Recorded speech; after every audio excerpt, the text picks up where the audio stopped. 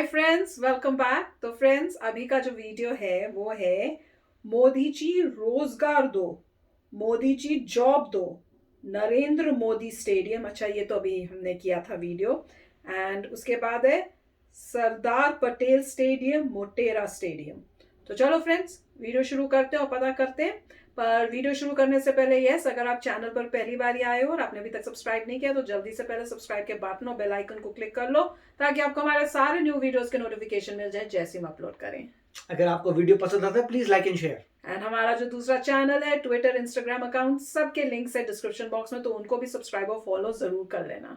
चलिए शुरू करते हैं। जय हिंद। देखिए, स्टूडेंट जो अपना ट्रेंड करा रहे हैं उसको ट्रेंड कराते रहेंगे लोग। मोदी रोजगार दो और मोदी जॉब दो, दोनों को कल ट्रेंड कराना है। इसको हम लोग समझते हैं। अभी जो मोटेरा स्टेडियम है उसका नाम पर बदल के सरदार पटेल रखा गया था, अब उसका नाम बदल कर नरेंद्र मोदी स्टेडियम रख दिया गया। इस पर भी चर्चा कर लेते हैं। देखिए, दुनिया का सबसे बड़ा अगर सीटिंग कैपेसिटी के हिसाब से स्टेडियम देखिएगा तो ये पगला जो है ना, किम जोंग, उत्तरी कोरिया वाला, इसकी राजधानी प्योंगयांग में दुनिया का सबसे बड़ा सीटिंग कैपेसिटी के हिसाब से मल्टी स्पोर्ट्स के लिए एक स्टेडियम बनाया गया जिसमें लगभग 1.5 लाख लोगों की बैठने की कैपेसिटी। हालांकि ये उत्तरी कोरिया यहाँ पे बहुत बड़ा मैच का आयोजन पूरी दुनिया से तो ये कटा रहता है, लेकिन ये मल्टीपर्पज का स्टेडियम है, किसी एक खेल के लिए नहीं है। वहीं अगर बात करेंगे सरदार पटेल जो स्टेडियम था, जो मोटेरा जगह पे था, जहाँ पे 24 फरवरी को 2020 कोरोना से जस्ट पहले डोनाल्ड ट्रंप आए थे और यहाँ पे नमस्ते ट्रंप वगैरह हुआ था। हालांकि मोदी जी भी गए थे अमेरिका में, तो हाउडी मोदी हुआ था। तो इसकी जो कैपेसिटी है वो लगभग 1,10,000 की कैपेसिटी, और ये स्पेशली डेडिकेटेड है क्रिकेट के लिए। इस हिसाब से अगर आप देखेंगे तो एक सीटिंग कैपेसिटी के हिसाब से सेकंड आ जाता है, बट क्रिकेट के हिसाब से अगर आप देखेंगे ओनली फॉर क्रिकेट, तो ये दुनिया में इसकी रैंकिंग क्रिकेट के स्टेडियम के हिसाब से टॉप पे चली जाती है। अब इसकी नाम बदल के सरदार पटेल से नरेंद्र मोदी स्टेडियम हो गया। हालांकि किसी मतलब एग्जिस्टिंग प्रधानमंत्री के द्वारा ऐसा उद्घाटन मतलब थोड़ा सा ऑकवर्ड सा लगता है। और इसमें देखिएगा हद क्या हो गया कि जब क्रिकेट में 2 पवेलियन होते हैं, मतलब एक बार इस साइड से बॉलिंग होती है और फिर दूसरी बार इधर से बॉलिंग होती है, तो बॉलिंग का जो चेंज होता है, जो पवेलियन साइड होते हैं, एक का नाम रिलायंस हो गया, एक का नाम अडानी हो गया। इन दोनों लोगों के नाम पर हो गया। अब भाई इन दोनों लोग भाई बड़े बड़े उद्योगपति हैं, नो डाउट आपका देश के जीडीपी में बहुत बड़ा योगदान है, लेकिन ऐसा नहीं है कि और लोगों का योगदान नहीं है। इन दोनों छोर का नाम रिलायंस और अडानी से ज्यादा बेहतर रहता अगर टाटा और अजीम प्रेम जी के नाम पे कर देते। ये लोग भी इंडिया के टॉप इंडस्ट्रियल हैं, इन लोग का भी जीडीपी में बहुत बड़ा योगदान है। टाटा ग्रुप अपने मोस्ट ऑफ इनकम का 60% डोनेट कर देता। आज भी टाटा मेमोरियल हॉस्पिटल, इतना बड़ा कैंसर रिसर्च पर ये काम करते हैं, इनके नाम पर हो जाता तो ज्यादा बेहतर होता। विप्रो के चेयरमैन है अजीम प्रेम जी। अजीम प्रेम जी इतने बड़े दानी हैं कि ये अपने इनकम से पर डे हर दिन ये 22 करोड़ रुपए दान दे देते हैं। तो इन दोनों के नाम पर अगर हो जाता तो ज्यादा बेटर रहता, बल्कि इन लोगों से तुलना में। रही बात ये प्रधानमंत्री नरेंद्र मोदी के नाम पे होना चाहिए कि नहीं, तो देखिए भैया, इसकी परंपरा बहुत पहले से ये लोग शुरू करके जा चुके हैं। इंदिरा गांधी जब इस एक्सिस्टिंग प्रधानमंत्री थी, प्रधानमंत्री की कुर्सी पर रहते हुए इन्हें भारत रत्न का पुरस्कार मिला। हालांकि इंदिरा गांधी का जो सबसे बड़ा योगदान है वो कोई नहीं भूल सकता है कि जो बांग्लादेश था, पहले वो पूर्वी पाकिस्तान था, उन्हें 1971 में एक तरफा जीत हुई, पूरी दुनिया देखती रही। इनके लीडरशिप में वहां ये बात को नहीं भूल सकता। हालांकि उसमें मानेकशॉ जो हमारे सेना अध्यक्ष थे, उनका भी बहुत बड़ा योगदान था। तो ये इनके नाम पर, जवाहरलाल नेहरू के नाम पर भी बहुत सारी चीजें। तो ये एक, अब मान के चले कोई जवाहरलाल नेहरू पे एक तर्क दिया जा सकता है कि भैया ये पहले प्रधानमंत्री थे, इस वजह से हो सकता है। ज्यादातर चीजें JNU university, Jawaharlal Nehru port trust वगैरह है। जैसे चांद पे उतरने वाले पहले व्यक्ति नील आर्मस्ट्रांग, उनके जस्ट अगले मिनट उतरे थे एडविन एंडरलिन, तो उनका नाम कोई ध्यान से नहीं रखता है। तो इनपे तो चलिए भाई एक लॉजिक चल जाएगा कि देश के पहले मतलब वो थे, प्रधानमंत्री थे। अब राजीव गांधी जी को देखिए, इनका अगर आप भारतीय इतिहास में देखेंगे तो बहुत बड़ा उस तरह से योगदान नहीं है। हाँ, हमारी सिंपैथी है कि हमारे प्रधानमंत्री को किसी ने बम से उड़ा दिया था, एक ये सिंपैथी है जो तमिल मुद्दा था। लेकिन आप जान के ताज्जुब होंगे कि अभी भी भारत में जो खेल का सबसे बड़ा पुरस्कार है वो राजीव गांधी खेल रत्न पुरस्कार है। तो ये परंपरा भारत में बहुत साल पहले से आ रही है। ज्यादा अच्छा ये रहता है कि हम लोग किसी भी चीज का नाम, देखिए योजना अगर मोदी जी ला रहे हैं तो अपने नाम पे रखें, जो मन है वो, या कोई अन्य पार्टी कोई योजनाओं को ला रही है तो अपने नाम पे रखिए। लेकिन जो धरोहर वाली चीजें हो जाती हैं उसको स्वतंत्रता सेनानियों के नाम पे रहता तो ज्यादा बेटर रहता। जैसे चंद्रशेखर आजाद के नाम पे, भगत सिंह के नाम पे हो जाता तो ज्यादा अच्छा रहता, या हमारे जो समाज सेवी हैं राजीव दीक्षित जी हो गए, स्वामी विवेकानंद हो गए, इन लोग के नाम पर रहता ज्यादा अच्छा। तो रहता है कि खेल से संबंधित कोई चीज है तो जो खेल में बहुत बड़े कीर्तिमान हासिल किए उनके नाम पर रहता तो ज्यादा अच्छा रहता। जैसे हमारे ध्यानचंद जी को देखिए, ध्यानचंद जी जो है हॉकी के बहुत बेहतरीन खिलाड़ी थे।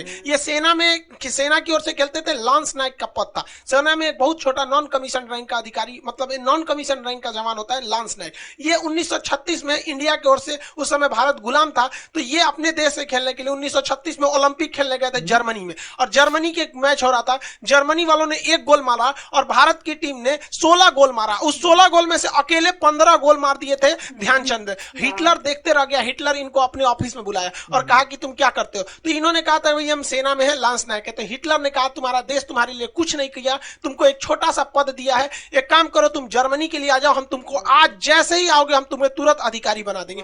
मेजर ध्यानचंद ने जर्मनी के तानाशाह हिटलर को जवाब दिया कि मेरे देश का कर्तव्य नहीं है कि वो मेरे लिए कुछ करे, ये मेरा कर्तव्य बनता है कि हम अपने देश के लिए कुछ करें। और इन्होंने अपने भारत के लिए खेलना पसंद किया। भारत सरकार ने भी इनको बहुत ध्यान दिया और इन्हें लांस नायक ले जाके आगे मेजर तक की उपाधि दी गई थी। तो इन लोगों के नाम पर अगर स्टेडियम रखे जाएंगे तो ज्यादा होगा और हमारी भी रुचि, मतलब जो लोग हैं वो खेलने में आगे बढ़ेंगे, इनसे प्रेरणा लेंगे। व्यक्तिगत रूप से अगर आप हमारी राय मानेंगे तो हमारे हिसाब से ये होना चाहिए कि अभी जो गलवान इशू चल रही है वो बहुत करंट का इशू है। अभी के वक्त में अगर कोई किसी चीज का उद्घाटन होता है तो हमारे जो गलवान में शहीद हुए थे उस वक्त में हमारे कर्नल साहब संतोष बाबू, इनके नाम पर रहता तो देश को कुछ ज्यादा गौरवान्वित महसूस होता, क्योंकि इन्होंने अपना सब कुछ दे दिया।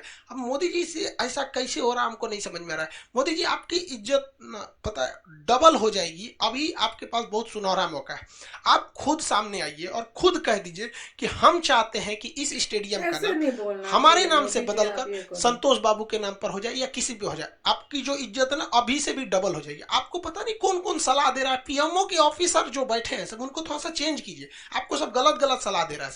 आप बताइए ये नाम रखने की परंपरा क्यों शुरू हुई? हम आपसे पूछते क्यों शुरू हुई? इसलिए शुरू हुई कि जो हमारे महापुरुष हमारे समाज के लिए करके गए हैं हम उनका नाम न भूल सके। अब भैया आप तो जीवित व्यक्ति हैं, आपका नाम कौन भूल सकता है? आप सिटिंग प्राइम मिनिस्टर हैं, आपका नाम कौन भूलेगा? लेकिन हमारे देश में अजीब परंपरा चल रही। मायावती जी भी जब मुख्यमंत्री थी तो उन्होंने भी लखनऊ के अंबेडकर पार्क में अपनी बड़ी सी मूर्ति लगा दी थी। तो ये लोग एक्सिस्ट, अभी सिटिंग प्राइम मिनिस्टर को कोई थोड़ी ना भूल सकता है। आपको पीएमओ वाला ना गलत गलत सलाह दे रहा है सब। हम आपको ट्विटर पर फॉलो किए हुए हैं, आप ध्यान दीजिएगा, हम आपको ट्वीट करते रहेंगे। आप लोग आपको उस सबको अधिकारी वगैरह को चेंज कीजिए, इसे नहीं तो नाम खराब कर देगा सब आपका। अब बात करते हैं रोजगार की इशू पे। देखिए टीचर और स्टूडेंट सब फ्रस्ट्रेशन में। रीजन समझिए क्या है। एक स्टूडेंट अगर पूरा में पूरा मार्क्स ला रहा है तो जरा सोचिए वो किस तरह से पढ़ाई किया होगा। भूत बन के पढ़ा होगा, भूत की तरह अपने आप को भूल गया होगा, उतना पढ़ा होगा। किसी स्टूडेंट, किसी टीचर का स्टूडेंट अगर मान के चलिए 200 में 200 आ रहा है, कभी सोच रहे कि टीचर कितना मेहनत कर रहा हूं। और गार्जियन आप लोग से कहते हैं आपका लड़का जान नहीं देगा, पूरा में पूरा पा जाएगा, उसके बाद भी जॉब नहीं होगा। जरा सोचिए आप क्यों भेज रहे हैं। हाँ, गार्जियन लोग आते हैं, कभी कुछ गार्जियन नहीं आते ना, रोने लगते हैं। मेरा बेटा का 3 साल हो गया जॉब नहीं हो रहा। ये उस गार्जियन की गलती है या बेटा की गलती है? किसी की गलती नहीं है। एसएससी वाले ने, रेलवे वाले ने, किसी की जॉब की कहते 4 साल से पहले तो इन लोग का काम नहीं हो पाता है यहाँ पर। और बताइए भाई बच्चा क्या करेगा वहां पे? फ्रस्ट्रेशन में है बच्चा, टीचर, गार्जियन सब परेशान है। इन एसएससी वालों को कोई टेंशन नहीं, रेलवे वालों को सबकी बात करें में A to Z वैकेंसी। कुछ वैकेंसी जैसे अच्छी, अभी आईबी ने जो कंडक्ट कराया था क्वेश्चन पेपर अच्छे से दे दिया, थोड़ा बहुत ट्वीट कराया गया तो एसएससी ने अपनी वैकेंसी बढ़ा दी 400-500 वैकेंसी। बट ये लेमचूस है, आपको उलझाया जा रहा है। आप देखिए ट्रेंडिंग पे से बहुत जल्दी पीछे हट गया। किसी ने ट्रेंड करा दिया कि मोदी गर्लफ्रेंड दो। ये सब फालतू ट्रेंड है, इनको ट्रेंड कराया जा रहा है। इसलिए अभी जो ग्रुप है टीचर्स के ग्रुप में, जैसे दिल्ली में या हम लोग जितने ग्रुप है, हम लोग ने डिसाइड किया है भाई 2-2 ट्रेंड कराना। एक जो ट्रेंड हो रहा है पहले से, मोदी रोजगार दो, तो इस पे क्या है कि अगर इसके गड़बड़ भी हो सकता है, इसलिए उसी के साथ साथ मोदी जॉब दो, ये दोनों को कल 25 तारीख है, कल 11 बजे से पहले ही ट्रेंड करा देना है। अभी से आप लोग लग जाइए। ये आपकी लड़ाई है, गार्जियन आप भी कर रहे हैं, गार्जियन लोग से भी कर रहे हैं, हाथ जोड़ के सारे लोगों से कर रहे हैं। आपका सपना है आपका बाल बच्चा पढ़े लिखे आगे जाके जॉब लगे। क्या फायदा होगा यहाँ पे? जो टीचर आवाज उठा रहे हैं वो अपने लिए उठा रहे हैं। जरा सोचिए स्टूडेंट लोग, आप लोग का ये अपने गार्जियन से भी पूरे देश को आना पड़ेगा। ये देश का भविष्य ऐसे घटते जाएगा रोजगार, तो फिर आगे किस मुंह से कहेंगे भारत विश्व गुरु बनेगा? मोदी जी देखिए हाथ जोड़ के आपसे विनती कर रहे हैं, आप अपना मन की बात बोल देते हैं। यहाँ टीचर, गार्जियन, स्टूडेंट अपनी मन की बात कहाँ बोलेगा? हम लोग किसको बोले? अजब हाल है, समझते भी नहीं इन लोग को। हम यार सबको कहते भाई, जो भी सिस्टम में बैठे उन सबको कहते हैं मत छेड़ो इन युवाओं को, इनसे लड़ना बड़ा मुश्किल होगा। ये ऐसा इतिहास लिख देंगे जिसे पढ़ना बड़ा मुश्किल होगा। और मोदी जी याद रखिएगा, इतिहास आपके समय मत लिख दिया जाए यहाँ पर। और सबको कहते हैं भाई साहब, आप रोजगार के लिए आवाज उठाइए, क्योंकि इतिहास केवल आवाज उठाने वालों को याद रखा जाता है। जब देश गुलाम था ना, तो बड़े बड़े सिंहासन पर बैठे राजा महाराजा भी अंग्रेजों के तलवे चाटते थे। तलवे चाटने वाले को इतिहास में कोई जगह नहीं मिलता है, जगह उसी को मिलता है जो गलत के खिलाफ आवाज उठाता है। ये रोजगार का इशू है। पढ़ा लिखा आदमी क्यों नहीं जॉब मिल रहा? 4-4 साल में आप वैकेंसी निकाल के फाइनल कीजिएगा यहाँ पर। तो इसलिए इससे बेहतर है सब लोग को कल दोबारा याद दिलाते हैं, 25 तारीख को सुबह से ही आपको ट्रेन कराना है। ये आपकी लड़ाई है, आप इसे आगे बढ़िए। आई होप आप सब लोग, स्टूडेंट, टीचर, गार्जियन, इन सबकी समस्याओं को समझ रहे होंगे। आप सब भी कभी ना कभी विद्यार्थी जीवन में रहे होंगे, आपकी भी ये समस्या है। कल जो स्टूडेंट आज जो स्टूडेंट लड़ाई लड़ रहा है अपने हक के लिए, कल अगर ये सिस्टम नहीं सुधरा ना, तो आने वाले वक्त में आपके बच्चों को भी ये लड़ाई लड़ना पड़ेगा। तो लड़का क्या करेगा? पहले फॉर्म भरे, तैयारी करे, एग्जाम दे, उसके बाद लड़ाई लड़े कि हमारा रिजल्ट दो, हमारा मार्क्स दिखाओ। ये गलत बात है ना। आप इसको खिलाफ आवाज उठाइए। हम मिलेंगे कल, फिर जब तक कल आपको एकदम हर हाल में इसे ट्रेन कराना है। मिलेंगे नेक्स्ट क्लास में। जय हिंद। तो फ्रेंड्स, इन्होंने मेरे ख्याल से 2 टॉपिक्स कवर किए थे। एक तो जो नाम चेंज हो रहा है स्टेडियम का, और दूसरा ये जो कह रहे हैं कि मोदी जी रोजगार दो। तो ये 2 डिफरेंट टॉपिक्स इन्होंने बात की है। अब जो एक चीज मुझे अब समझ नहीं आई, क्योंकि जिस वीडियो में हमने देखा था उसमें उन्होंने कहा था नाम तो उस जो स्टेडियम है उसका नाम जो है वो सरदार पटेल स्टेडियम ही है, पर उसके अंदर जो वो है एरिया जहाँ पे वो उसको शायद वो बोल रहे हैं नरेंद्र मोदी स्टेडियम। ओवरऑल उसका नाम मेरे ख्याल से सरदार पटेल है, मेरे तो यही समझ में आया था। और अंदर जो क्रिकेट का वो जो प्लेग्राउंड सा बना हुआ है उसको नरेंद्र मोदी स्टेडियम बोल रहे हैं। पर इनके हिसाब से तो फिर मुझे लगा कि पूरे उसको जो सरदार पटेल नाम था वो पूरा हटा के नरेंद्र मोदी करें, जबकि हमने जो दूसरा वीडियो किया था उसमें उन्होंने ये दिखाया था कि स्टेडियम तो मतलब वो जो होल थिंग है वो तो सरदार पटेल है, उसके अंदर जो है वो नरेंद्र मोदी है। अब मुझे नहीं समझ में। और उसके अंदर वो जो अंदर नरेंद्र मोदी नाम से किया है उसमें भी एक एंड का नाम रिलायंस किया और एक एंड का नाम जो है वो अडानी का किया हुआ है। तो अब आप ये क्लैरिफाई करना, क्योंकि उसमें ये समझ में आए, इसमें तो उन्होंने ऐसे देखा कि वो नाम ही हटा दिया उन्होंने और अपना उसमें नरेंद्र मोदी कर दिया। अब कौन सी बात ठीक है वो मुझे बताना। और दूसरा जो ये बोल रहे थे रोजगार के बारे में, डेफिनेटली ये तो काफी टाइम से सुनने को मिल रहा है कि प्रॉब्लम्स हो रही हैं, जॉब्स नहीं हो रही, अनएम्प्लॉयमेंट ज्यादा हो रही है। पर क्वेश्चन ये है कि ये जो अनएम्प्लॉयमेंट है इसमें मोदी जी का क्या रोल प्ले हो रहा है वो मुझे समझ नहीं आ रहा। क्योंकि हर चीज पे उन्होंने कहा कि मोदी जी को बोलो, उनको ट्रेंड करो, उनको ट्रेंड करो। तो अब ये मुझे समझ नहीं आ रहा क्या मोदी जी के अंडर ये सब आता है या एज अ रिक्वेस्ट वो कह रहे हैं कि और कुछ नहीं हो पा रहा तो मोदी जी आप ही अब कुछ करो, क्योंकि आप हमारे प्राइम मिनिस्टर, आपसे ही हमें होप है, तो आप ही प्लीज कुछ करके दिखाओ, क्योंकि यहाँ पे तो कुछ हो नहीं रहा। अब क्वेश्चन ये है कि अगर वहां पे जॉब्स ही नहीं है तो फिर कैसे क्रिएट होंगी, मुझे तो वो भी समझ नहीं आ रहा।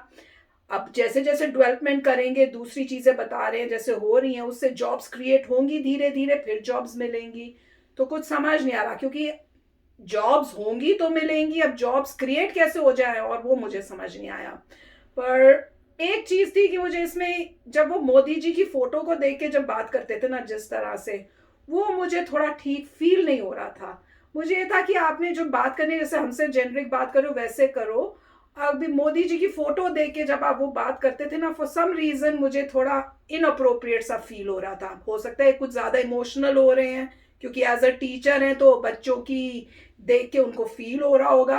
अब ये तो पता नहीं, पर ये है कि थोड़ा क्योंकि प्राइम मिनिस्टर हैं तो उनके बात उनसे रिक्वेस्ट करने का एक तरीका अलग है। ऐसा तो है नहीं है कि मोदी जी ने कहा मैं करूंगा ही नहीं या कुछ नहीं हो रहा या कुछ करेंगे नहीं। तो हमारी तो यही है कि वो आप उनको बोलोगे तो वो जरूर कुछ ना कुछ करेंगे, पर ये है कि हर चीज करना पॉसिबल भी नहीं है और जो भी करना होगा उसमें टाइम भी लगता है। तो होप रखनी चाहिए, डिसअपॉइंट नहीं होना चाहिए और कोई वायलेंस नहीं करना चाहिए, सब कुछ पीसफुल होना चाहिए। राइट। तो पहली बात तो स्टेडियम की है, जैसे मैंने पहले भी कहा था कि स्टेडियम का क्या इसका पैसा कहाँ से आया है। क्या अगर रिलायंस ने और अदानी ने इन्वेस्ट किया है तो बात अलग है कि उन्होंने पैसा लगाया है, तो उन्होंने ऐसा कुछ कॉन्ट्रैक्ट होगा कि अगर मैं पैसा लगाऊंगा तो मेरे नाम आना चाहिए, वो भी एक बात हो सकती है। दूसरा है, अगर आप बोलते नहीं रिलायंस और अदानी ने पैसा नहीं लगाया, तो फिर ये जो किसके पैसे से बना है? क्या गुजरात के लोगों के टैक्सेस से बना है कि पूरी इंडिया के लोगों की टैक्सेस से बना है? राइट, मतलब स्टेट गवर्नमेंट ने बनाया है कि सेंट्रल गवर्नमेंट ने बनाया है? अगर आप कहते हैं ये स्टेट गवर्नमेंट ने बनाया है, इसका मतलब सिर्फ गुजरात के लोगों ने ही टैक्स दिया था जिससे ये बना है, तो गुजरात के लोगों के पास हक होना चाहिए कि वो डिसाइड करें क्या नेम है। उसके बाद ये आता है कि प्रोसेस क्या है, किसने प्रपोज किया ये नाम और क्या प्रोसेस फॉलो किया था जिससे ये नाम आया है। तो इसके डिटेल्स चाहिए कि क्या प्रोसेस है आपका। अगर आपने पैसा लिया है गुजरात के लोगों से, तो आपको गुजरात के लोगों से आपने पूछा आपका क्या वोटिंग सिस्टम है, क्या प्रपोज करते हैं नेम्स, क्या प्रोसीजर था, ये हुआ। अब दूसरी बात ये आ रही है जहां पे रोजगार की बात आ रही है। अब ये क्लियर नहीं है मुझे, क्या मोदी जी की गवर्नमेंट ने कुछ ऐसा किया जिससे सिचुएशन खराब हो गई है कि पहले ही सिचुएशन खराब थी? राइट, अगर आप ये कहते हैं कि जी पहले भी खराब थी अभी भी खराब है, तो ओके, तो मतलब कुछ इंप्रूव करने के लिए आप बोल रहे हैं, ठीक है, तो गवर्नमेंट आएगी और इंप्रूव करेगी। या आप कह रहे हैं कि कोई ऐसा न्यू प्रोसेस शुरू किया जिससे अब ज्यादा प्रॉब्लम आ गई है, पहले नहीं थी। राइट, अब कोरोना वायरस की वजह से आई है, तो कोरोना वायरस गवर्नमेंट तो रिस्पॉन्सिबल नहीं है कोरोना वायरस के लिए। राइट, तो इसके बारे में डिटेल्स चाहिए कि प्रॉब्लम क्या है। लोग पास हो रहे हैं, जॉब नहीं मिल रही, ओके फाइन, तो उसके लिए सॉल्व करनी पड़ेगी जॉब क्यों नहीं मिल रही। मगर क्या पुरानी गवर्नमेंट के टाइम आपको जॉब मिल जाती थी? मतलब ये है कि क्या इस गवर्नमेंट ने कुछ ऐसा किया है जिससे सिचुएशन और खराब हो गई हो? अगर इन्होंने कुछ ऐसा किया ही नहीं जिससे सिचुएशन खराब हुई है, आप सिर्फ कह रहे हैं इंप्रूव करिए, तो हाँ गवर्नमेंट इंप्रूव करेगी, मगर उसके लिए इतना अग्रेसिव होने की क्या जरूरत है? राइट, उसके लिए आप मेहनत करिए, गवर्नमेंट से प्रोसेस फॉलो करिए, अपने जो आपके एरिया के जो पॉलिटिशियंस हैं उनसे बात करिए कि देखिए भाई आइडियाज लाइए, तो वो तो फिर कंस्ट्रक्टिव प्रोसेस चाहिए इंप्रूव करने के लिए चीज़ों को। तो क्योंकि डिटेल्स नहीं है इसलिए मैं कुछ कह नहीं सकता, मगर मैं यही कहूंगा कि आप रीजनिंग देखिए कि क्या, या अगर गवर्नमेंट ने कुछ ऐसा प्रोसेस किया जिससे सिचुएशन खराब हो गई है, तब ठीक है, तो आप प्रोटेस्ट करके बोलिए भाई ये जो प्रोसेस है आपका नहीं अच्छा काम करा, पहले से भी सिचुएशन खराब हो गया है। परंतु अगर सिचुएशन वही है जो पहले है, तब तो कोई डिमांड करने वाली बात नहीं, अदर देन कि आप प्लीज इंप्रूव करिए। होप है कि आपकी गवर्नमेंट इंप्रूव करेगी। तो अच्छा वीडियो था। यस फ्रेंड्स, तो शेयर करना आपके अपने डिटेल्स और थॉट्स जो आपको मतलब अगर पता है, जो क्वेश्चंस पूछे हैं। तो चलो फ्रेंड्स, चलते हैं, मिलेंगे नेक्स्ट वीडियो में बहुत ही जल्द। Till then take care and bye bye. तो अगर आप मेरे इस चैनल पे नए हो तो जल्दी से सब्सक्राइब के बटन को हिट करो और बेल आइकन को क्लिक करो, ताकि आपको मेरा जब नया वीडियो मैं लगाऊं आपको उसके बारे में जल्दी से पता चल जाए।